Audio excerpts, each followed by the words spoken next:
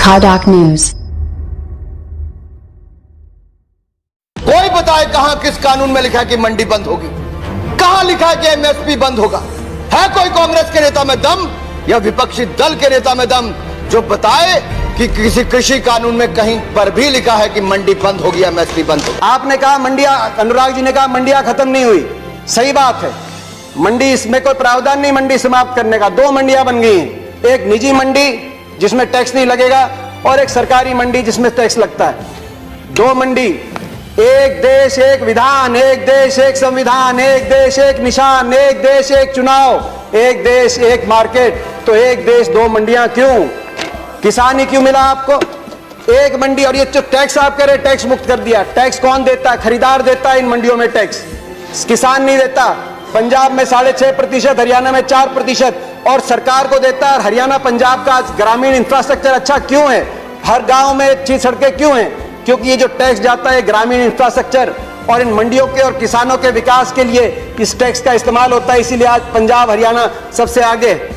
MSP है, MSP था, MSP रहेगा। प्रधानमंत्री जी ने कहा एमएसपी थी, है और रहेगी। ठाकुर जी ने भी कहा कि कोई है किसमें दम जो बताए कि एमएसपी चली जाएगी। सही बात है, एमएसपी थी, है और रहेगी, मगर क्या एमएसपी सभी किसानों को मिलेगी और सभी फसलों पे मिलेगी? प्रश्न इस बात का उठता है। आप में दम है खड़े होकर आप कह दें कि एमएसपी मिलेगी हर किसान को देश में? आज भी शांता कुमार कमेटी बताती है कि मात्र 6% से 16% तक किसानों को एमएसपी मिलती है। बाकी देश में बहुत से ऐसे प्रदेश है जहां पे एमएसपी नहीं मिलती।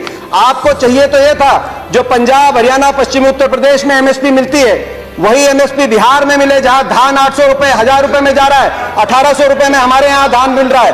आपको चाहिए था कि इसको वहां पे लेके जाएं, मगर आप वहां के किसान को की परिस्थिति हमारे यहाँ की करने की बजाय हरियाणा पंजाब के किसान की परिस्थिति उस तरह की करने की तरफ लेके जाए। इस देश में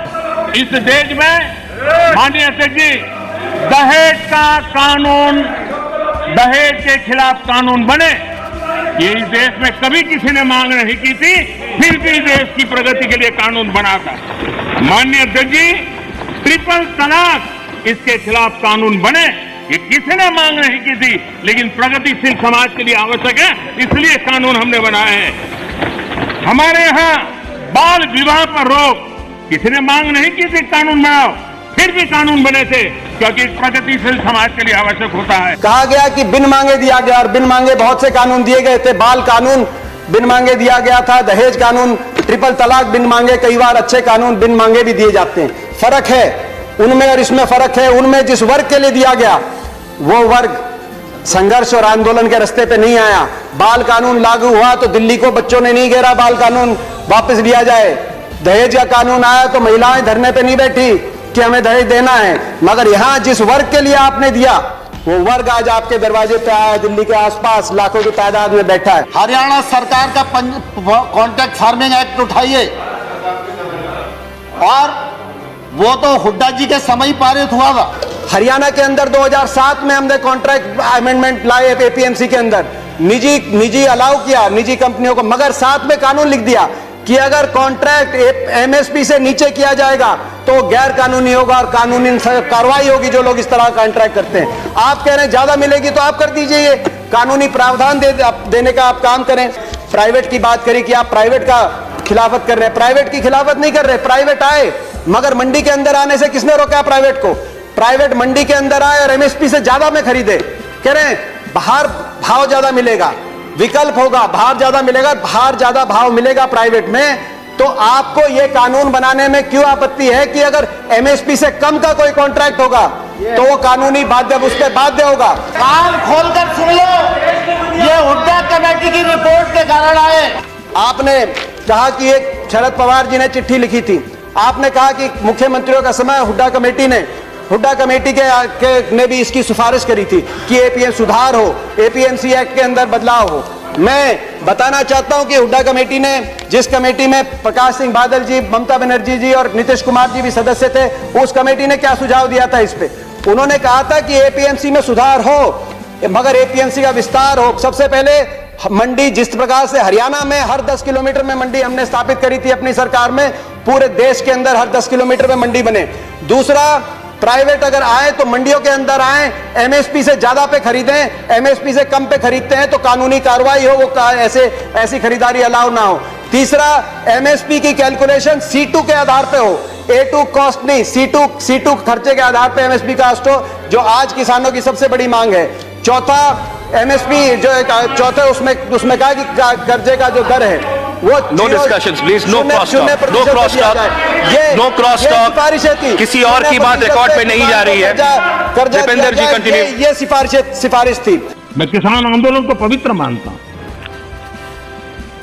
और भारत के लोकतंत्र में आंदोलन का महात्म्य है और रहने वाला है और जरूरी भी है। लेकिन जब आंदोलनजीवी पवित्र आंदोलन को अपने लाभ के लिए बर्बाद करने के लिए निकलते हैं, तब क्या होता है? कोई मुझे बताएं। 3 किसान कानून की बात हो और दंगाबाज लोग जो जेल में हैं, जो संप्रदायवादी लोग जो जेल में हैं, जो आतंकवादी लोग जेल में हैं, जो नक्सलवादी जेल में हैं, उनकी फोटो लेकर के उनकी मुक्ति की मांग करना, ये किसानों के आंदोलन को अपवित्र करने का प्रयास है कि नहीं? प्रधानमंत्री जी ने एक और बात की कि इस आंदोलन में कुछ पवित्र लोग हैं और कुछ अपवित्र लोग हैं। प्रधानमंत्री जी की बात हम मान लेते हैं, कम से कम आप पवित्र लोगों की बात मान लीजिए। आंदोलन में जो पवित्र लोग हैं, अगर आंदोलनकारी पवित्र हैं, पवित्र भावना से अपने हक के लिए बैठे हैं, आप उनकी बात मांग लीजिए और इसकी शुरुआत आप दो कदम उठा के उसकी शुरुआत करिए। आप तुरंत, मैं मांग करता हूं, बातचीत के दरवाजे, क्योंकि आप भागे थे 11वें राउंड में बातचीत से, 12वीं बातचीत के दरवाजे खोलें। आपकी प्रजा है, अपनी प्रजा की बात मानने से आप छोटे नहीं होंगे, अपनी प्रजा की बात मानने से आपकी हार नहीं होगी। बातचीत के दरवाजे खोलते हुए, और दूसरा, जो 200 लोगों ने, 200 से ज्यादा किसानों ने अपनी जान कुर्बान करी है, उनके परिवारों के लिए आपके लिए सहानुभूति का एक शब्द नहीं निकला। कम से कम उनके परिवारों की मदद के लिए एक पैकेज की घोषणा करके विश्वास बनेगा।